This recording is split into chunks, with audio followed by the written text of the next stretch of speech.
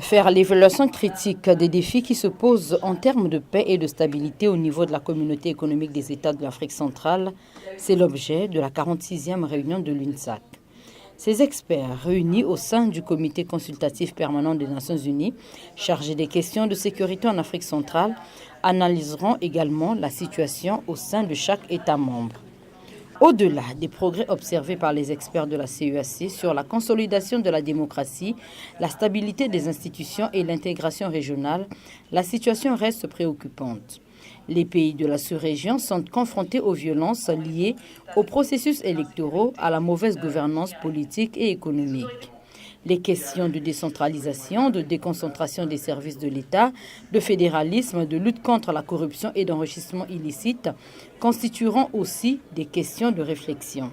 Permettez-moi de saisir cette occasion pour saluer les efforts du comité, notamment sa précieuse contribution à la construction de la paix, à la promotion et au renforcement de la sécurité dans notre sous-région.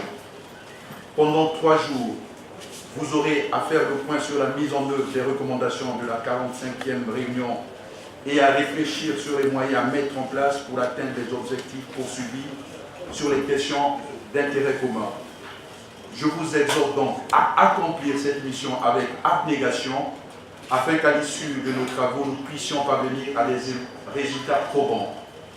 Certes, des progrès ont été enregistrés dans la mise en œuvre des recommandations, mais force est de constater que les questions de sécurité demeurent une grande préoccupation pour certains États de notre sous-région. Aussi, nous appartient-il de nous engager avec détermination sur le chemin de la paix pour tirer profit de ces dividendes. Des propositions seront faites à l'issue des travaux. Recommandations liées à la lutte contre les violences armées et terrorisme en Afrique centrale, l'insécurité et la situation humanitaire causée par le groupe terroriste Boko Haram dans le bassin du lac Tchad. Ces mesures seront amendées puis adoptées par les ministres des Affaires étrangères et les représentants des ministères en charge de la sécurité, la défense, l'intérieur de la CEAC le 1er juin prochain.